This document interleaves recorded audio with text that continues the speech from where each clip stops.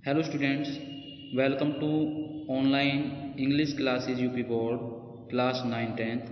प्यारे बच्चों, पिछली वीडियो में मैंने आपको ग्रामर के अंतर्गत चैप्टर द वर्ब अर्थात क्रिया पढ़ाया था। उसमें मैंने आपको बताया था कि व्हाट इज़ द वर्ब, क्रिया क्या होती है या क्रिया कैसे कहते हैं।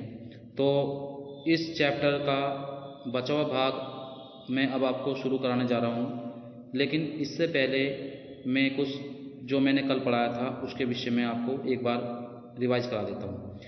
देखिए, क्वेश्चन था कि what is the verb. The word which tells something about a noun और प्रोनाउन इज कॉल्ड वर्ब। जो शब्द संज्ञा या सर्वनाम के बारे में कुछ बताते हैं उसे हम वर्ब अर्थात क्रिया कहते हैं। पिछली वीडियो में मैंने आपको वर्ब से संबंधित कुछ एग्जाम्पल दिए थे, जैसे आई एम ए प्लेयर कि मैं एक खिलाड़ी हूँ। यहाँ पर आप सभी देख सकते हैं आई सब्जेक्ट है, ए एम क्या है यहाँ पर, ए एम यहाँ पर आपका बी फॉर्म यानी वर्ब का कार्य कर रहा है, और ए प्लेयर यहाँ पर क्या हो गया, ऑब्जेक्ट हो गया। ओके स्टूडेंट्स, नेक्स्ट देखते हैं। फिर अनोदर वे में इन्होंने दूसरी डेफिनेशन बताई थी, the word which denotes an action is called verb. जो शब्द किसी कार्य का बोध कराता है उसे हम वर्ब क्रिया कहते हैं। नेक्स्ट देख लेते हैं, एग्जाम्पल देखते हैं। पायल सिंग्स ए सॉन्ग कि पायल एक गीत गाती है। ठीक है ना। अगर आपको वर्ब का ना पता चल रहा हो तो आप ये क्वेश्चन करना कि क्या या व्हाट। जैसे हमने कहा पायल सिंग्स ए सॉन्ग कि पायल एक गीत गाती है, तो हम क्वेश्चन करेंगे कि पायल क्या करती है, तो गाती है, और क्या गाती है, एक गीत। ठीक है, तो यहाँ पर जो सिंग्स है ये आपका वर्ब है। इसके बाद आता है आपका काइंड्स ऑफ वर्ब। मैंने पिछली वीडियो में आपको वर्ब के प्रकार बताए थे, क्रिया के प्रकार। एक होता है लिंकिंग वर्ब जिसे बोलते हैं संयोजक क्रिया, दूसरा होता है हेल्पिंग वर्ब जिसको बोलते हैं सहायक क्रिया, और तीसरी होती है मेन वर्ब जिसको बोलते हैं हम मुख्य क्रिया। तो मैंने कल की वीडियो में आपको लिंकिंग वर्ब के बारे में बताया था कि लिंकिंग वर्ब क्या होती है। जो क्रियाएं कर्ता तथा पूरक कंप्लीमेंट के बीच कड़ी का काम करें उसे हम लिंकिंग वर्ब कहते हैं। जैसे यहाँ पर सी इज ए गर्ल, अब देख सकते हैं जो इज है यहाँ पर, ये इज क्या है यहाँ पर, ये लिंकिंग वर्ब है, क्योंकि यह अपने सब्जेक्ट को उसके ऑब्जेक्ट से जोड़ने का कार्य कर रही है, इसलिए यहाँ पर जो है इज यहाँ पर क्या हो गया, लिंकिंग वर्ब हो जाता है। इसके बाद आता है कि कॉम्प्लीमेंट। देखिए, कॉम्प्लीमेंट को कहते हैं हम पूरक, अर्थात वाक्य के अर्थ को पूरा करने वाला भाग। कॉम्प्लीमेंट क्या होता है, वाक्य के अर्थ को पूरा करने वाला भाग, उसे हम कॉम्प्लीमेंट कहते हैं। अब देखिए, कुछ ऐसी वर्ब होती हैं जो आपके वर्ब कॉम्प्लीमेंट के रूप में कार्य करती हैं, जैसे लुक, टेस्ट, रन, कम, बिकेम, ग्रो, गेट आदि का प्रयोग लिंकिंग वर्ब की तरह होता है। इसके बाद आता है हेल्पिंग वर्ब। हेल्पिंग वर्ब को बोल देते हैं हम सहायक क्रिया। क्या बोलते हैं, सहायक क्रिया। वे क्रियाएं जो किसी अन्य क्रिया की सहायता करके टेंस का निर्माण करें उन्हें हम हेल्पिंग वर्ब कहते हैं। उन्हें हम ऑक्सिलरी वर्ब भी कह देते हैं। अब देखिए यहाँ पर सेंटेंस देख लेते हैं। द सन इज राइजिंग कि सूर्य निकल रहा है। अब ये जो इज है, ये इज यहाँ पर हेल्पिंग वर्ब अर्थात ऑक्सिलरी वर्ब का कार्य कर रहा है, और जो राइजिंग है, राइजिंग यहाँ पर मेन वर्ब यानी मुख्य क्रिया है। आप देख सकते हैं कि जो हेल्पिंग वर्ब होती है वह मुख्य क्रिया का अर्थ व्यक्त करने में सहायता करती है। अब यहाँ पे जो इज है ये किसकी हेल्प कर रही है, राइजिंग की।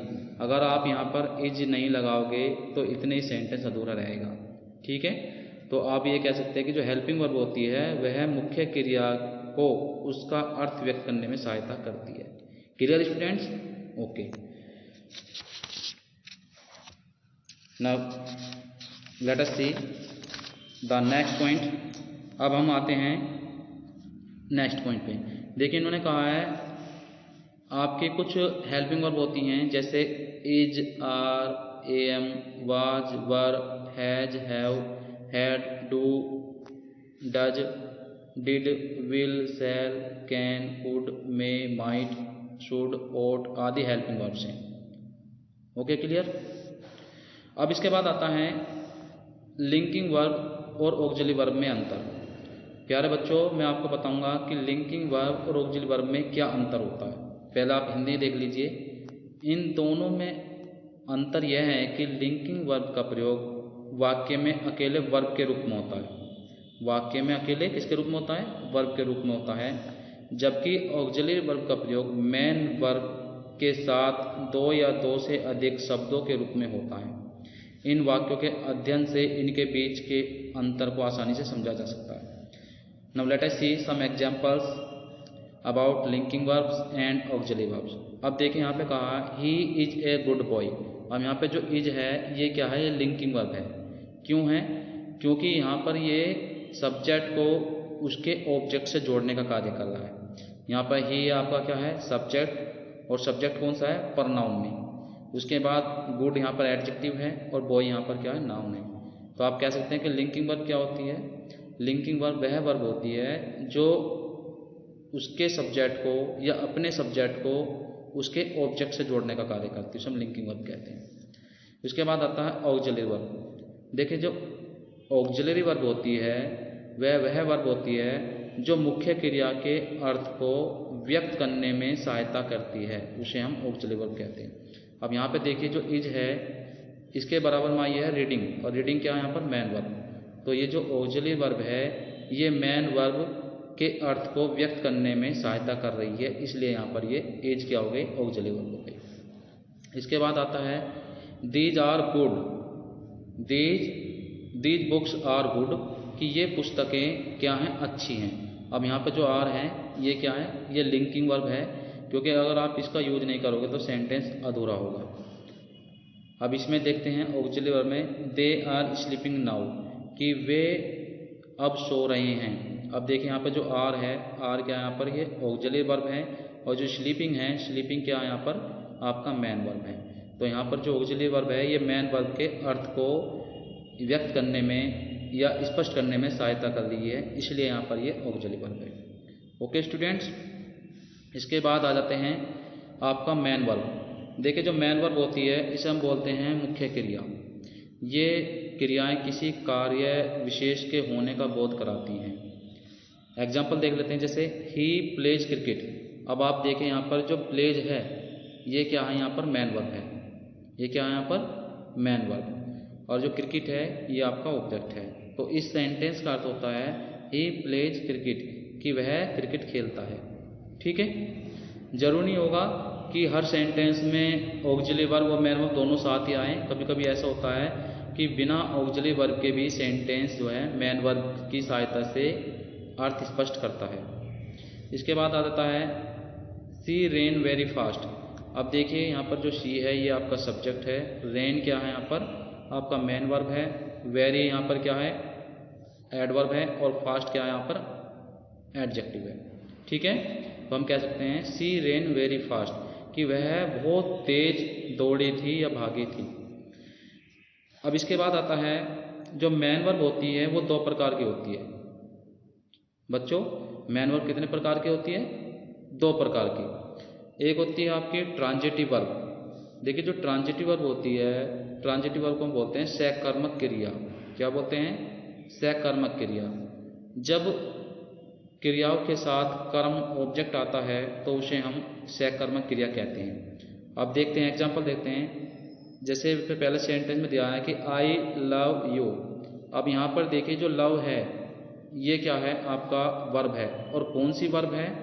ये आपकी ट्रांजिटिव वर्ब सहकर्मक क्रिया है। क्यों है सहकर्मक क्रिया? सहकर्मक क्रिया इसलिए है क्योंकि इसका यहाँ पर खुद का ऑब्जेक्ट आया हुआ है, अर्थात क्रिया का प्रभाव जब ऑब्जेक्ट पर पड़ता है तो उसे हम सहकर्मक क्रिया कहते हैं। ठीक है ना?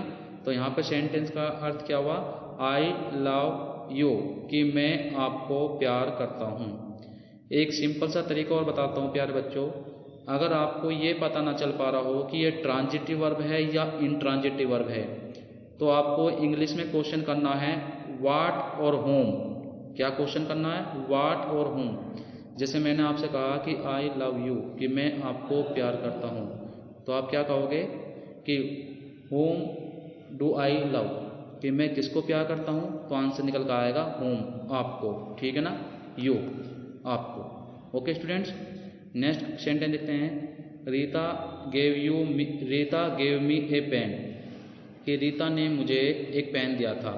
तो हम कहेंगे कि what did Rita give me, कि रीता ने मुझे क्या दिया था, तो आंसर निकल कर आएगा ए पेन। ठीक है बच्चों, तो यहाँ पर आपके दो ऑब्जेक्ट हैं, एक है आपका इनडायरेक्ट ऑब्जेक्ट और एक होता है आपका डायरेक्ट ऑब्जेक्ट। इसके बाद आता है आपका इंट्रांजिटिव वर्ब। देखिए जो इंट्रांजिटिव वर्ब होती है इसको हम बोलते हैं अकर्मक क्रिया। क्या बोलते हैं?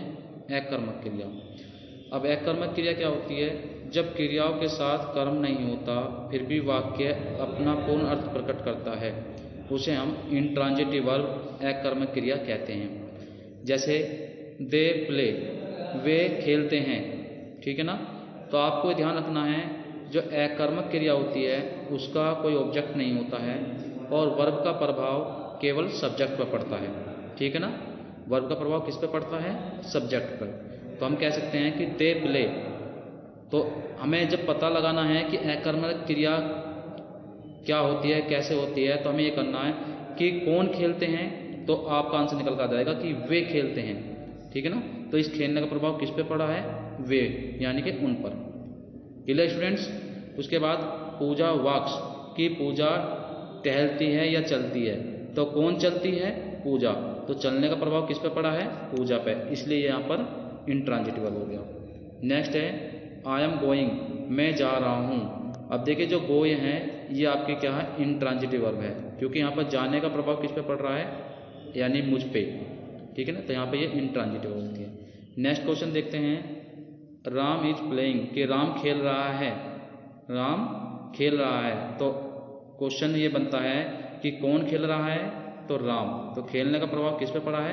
राम पर। Okay students, so this we can say your the chapter work is completed by me in spite of if you want to ask me anything else about the chapter, so you can ask me by writing your question and by recorded your voice and you can send me on WhatsApp group। तो प्यारे बच्चों, हम कह सकते हैं कि आपका जो क्रिया वाला चैप्टर है ये कंप्लीट कर दिया गया है। और अगर किसी बच्चे के कोई क्वेश्चन है, कोई क्वेरी है, तो आप मुझे व्हाट्सएप ग्रुप पर लिखकर या वॉइस रिकॉर्ड करके सेंड कर सकते हैं। So today that's enough and the last word for you, please stay at home and safe at home. So thanks for watching this video. Okay, bye.